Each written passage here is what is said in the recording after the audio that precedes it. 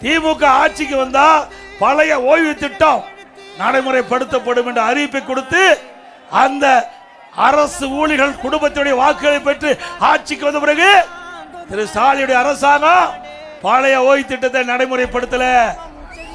அவர்களும் போராடுறாங்க, அவர்கள் சிறையில அடைக்கப்பட்டாங்க. இப்படிப்பட்ட கொடுமையான ஆட்சி நாட்டுக்கு தேவையா? ரொம்ப கஷ்டமா ஃபீல் பண்றேன். ஏன்னா நேற்று நான் தொழிலாளி, இன்று ஓய்வூதியர். அதே போலதான் இன்று தொழிலாளியாக இருப்போம், நாளைக்கு ஓய்வூதியராக மாறும்பொழுது அவர்களுக்கு இந்த பலன்கள் அவர்களுக்கு கிடைக்காமல் போகும். தூய்மை பணியாளருக்கு அவர்கள் அறிவிப்பிலே வாக்குறுதி கொடுத்தாங்க, திமுக ஆட்சிக்கு வந்தா பணி நிரந்தரம்னு. 10 வருஷமா செய்தோம், காத்து மழையில செய்தோம், கொரோனால செய்தோம், எல்லாத்துலயுமே செய்து முடிச்ச உடனே இப்போ நீங்க கான்ட்ராக்ட்ல போனா நாங்க எப்படி போக முடியும்? சத்துணவு அமைப்பாளர்கள் வாக்குறுதி கொடுத்தாங்க, செவிலியருக்கு வாக்குறுதி கொடுத்தாங்க, எந்த வாக்குறுதி நிறைவேற்றவில்லை.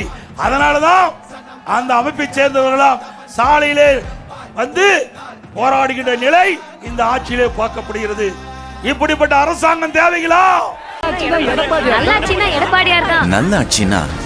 எடப்பாடியார் தான்.